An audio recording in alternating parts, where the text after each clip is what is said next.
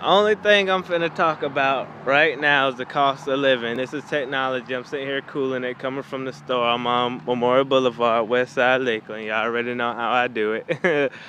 But I just wanted to talk real quick on the cost of living and how, I don't know, I'm not saying anybody's wrong or right, but as far as capitalism goes, it comes down to greed.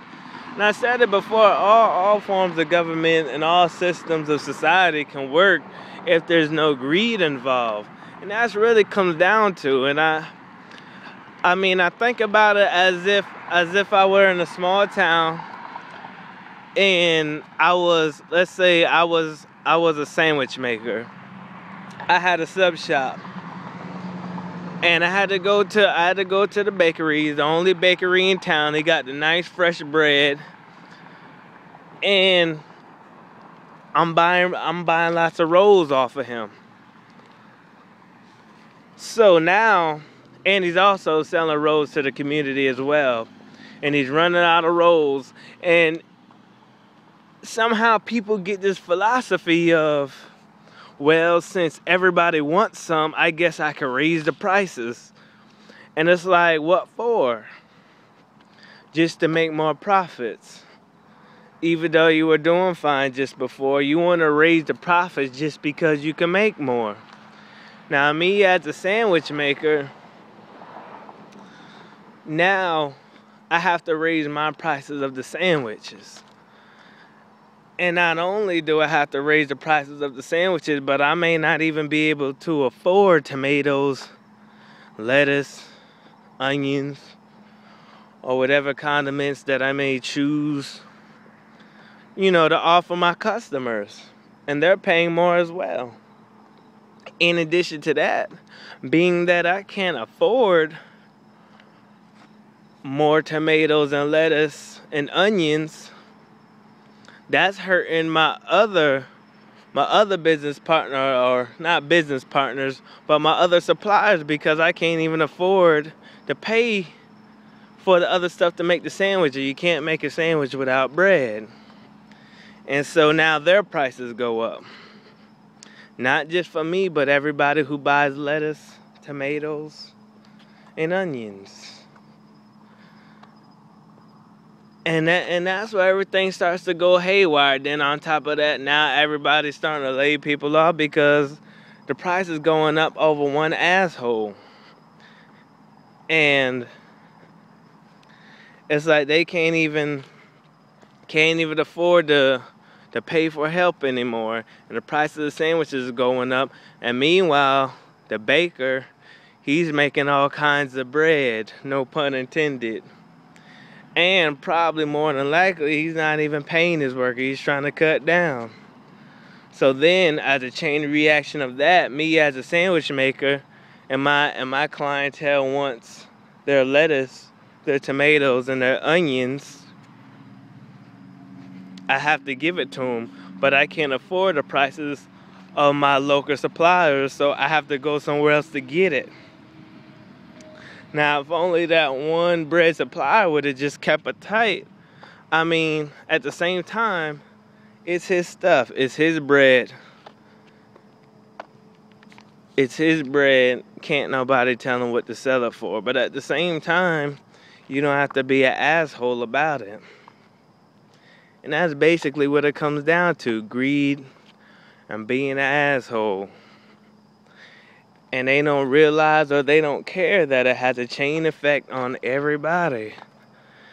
And just by one asshole with bread, it had a chain reaction on different businesses and different people throughout the community.